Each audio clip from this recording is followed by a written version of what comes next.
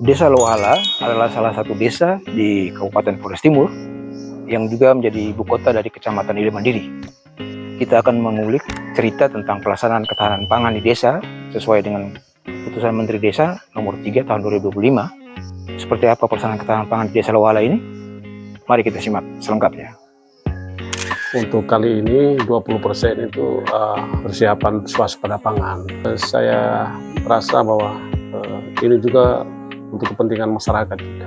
Karena tahun-tahun kemarin kita tidak pakai untuk seperti jalan usaha tani, ketahanan pangan untuk di Desa Lohala untuk tahun 2025 kita pelautkan langsung ke BUMDes. Kita musyawarah desa, kita harus bentuk baru. Setelah itu pengajuan proposal yang di dalamnya sudah ada rancangan anggaran biaya. Itu ada 2 unit usaha. Yang pertama itu usaha ternak ayam pedaging dan yang kedua hortikultura. Dan tentu sekali kita punya strategi. Yang pertama kita harus juga memastikan kualitas dari pangan itu sendiri. Kita lihat juga dengan dampak terhadap lingkungan. Saya bersama dengan teman-teman dari pengurus BUMDes Kebara Lohala. Teman-teman mungkin bisa cerita sampai teman-teman bisa melaksanakan kegiatan. Memulainya sejak awal tahun ini, sejak bulan April, dimulai dengan bermusyawarah di tingkat desa dan disetujui untuk ketahanan pangan. Ada 2 kegiatan, yaitu hortikultura dan ayam pedaging. Untuk BUMDes diberikan anggaran 20% dari dana desa. 20% itu sebesar 159.622.800. Jadi untuk ayam pedaging sebesar 94.730.400. Sedangkan untuk hortikultura 64.892.400. Kenapa kami pilih hortikultura dengan ayam pedaging? Yang pertama, kami lihat potensi masyarakat di sini atau kebutuhan masyarakat sangat besar, baik di rumah tangga maupun di hajatan-hajatan. Hajatannya seperti kalau orang meninggal, terus pas pernikahan. Kami sudah 2 tahap untuk mendapatkan laba bersih Rp4.626.000. Dari berapa ekor? Dari 400 ekor. Itu kan anggaran ketahanan pangan dipercayakan di Karang Taruna.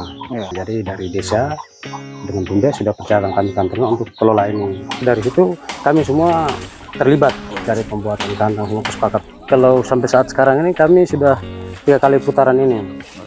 Kalau ukuran kandang mungkin 400-500 bisa muat. Tapi kita lihat dengan kondisi di sini juga, kalau kita datangkan sampai 400-500 ekor, ya pemasarannya kita kan pemula tuh, jadi mau cari apa, kalau memang ada relasi banyak mungkin bisa 500-600 bisa. Makanya kami tahan 200 gitu. Oke. Untuk ayam pedagingnya sudah jalan. Sekarang tinggal kami sedang merampungkan kegiatan hortikultura.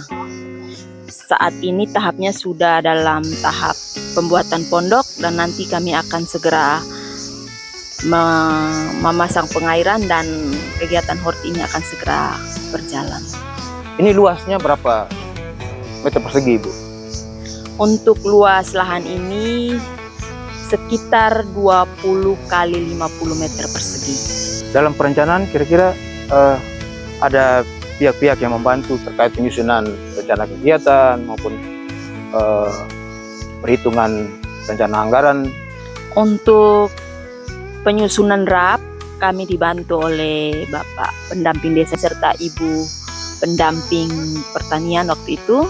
Dan untuk kedepannya kami berencana untuk terus mencari pihak-pihak yang punya kompeten di bidang pertanian untuk terus memfasilitasi kami agar pertanian hortikultura ini berjalan dengan lancar ke depan.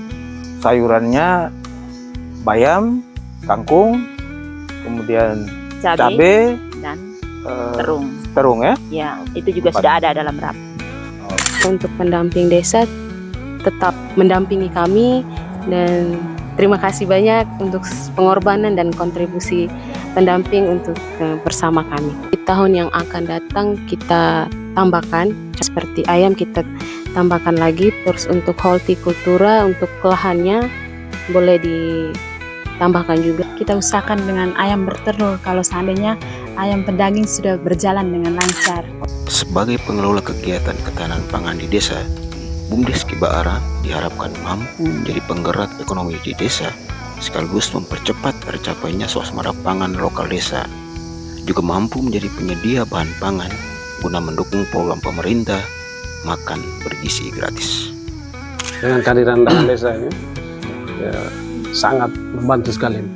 Ya, seperti kita ketahui bahwa sebelum-sebelumnya itu kan tidak ada dana desa, jadi kita baik itu di bidang pendidikan, bidang kesehatan, kemudian infrastruktur, kemudian pemberdayaan kelompok, itu sepertinya tidak bisa jalan karena anggarannya tidak ada. Sejak tahun 2015 sampai dengan saat ini tahun 2025 ini, tingkat ekonomi masyarakat juga semakin bisa naik.